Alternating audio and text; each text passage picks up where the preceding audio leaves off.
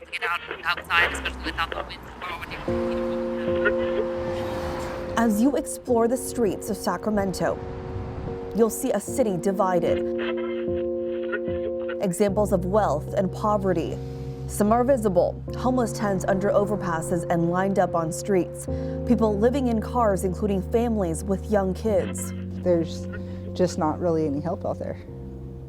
How many kids do you have? I have 3. I have a 9-year-old, a 10-year-old, and a 1-year-old, and I'm due. Her kids, Kara and Kaylee, aren't able to attend school virtually. Because we were homeless, I couldn't charge their laptops. I couldn't charge their hotspot device, so they were enrolled, but they couldn't go. They're at Mustard Seed School. It's an emergency school for these kids as their families are working on getting a stable and permanent living situation. There are just a few students at the school today. In order to open in person, the school had to follow strict COVID-19 restrictions, including limiting the number of students who can attend, even though they are seeing more families in need. I have been at Mustard Seed now 13 years, and the numbers have gone up over time. We're seeing a lot more families that are living in cars, a lot more families living in tents, a lot more families on the street probably over the last 5 years. We requested the number of 311 complaints for homeless camps from 2015 to 2020 in the city of Sacramento. In 2015, there were about 500 complaints. In 2020, there were more than 4,600 cases. These are all during the same time period every year. The complaints range from business owners to residents. Some even said they understand the situation, but that they're worried for their safety as well as their customers. We asked Sacramento Mayor Darrell Steinberg about the information we uncovered.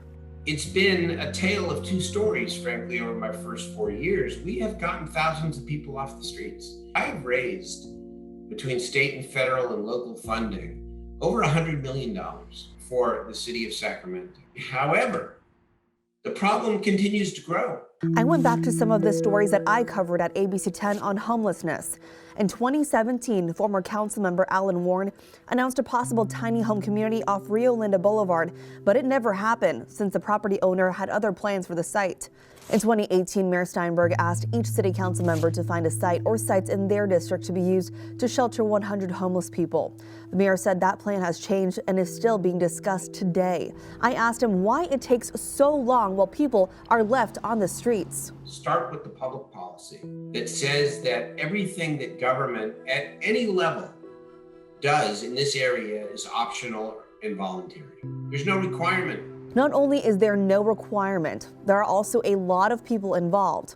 When proposed shelter sites were discussed several years ago in the South Sacramento area, neighbors came to oppose them, saying they were worried about possible crime and their close proximity to schools. There's a moment where the rubber meets the road and they need a check, right? They need actual dollars in the bank. They've got to pay a contract. They've got to put a building up.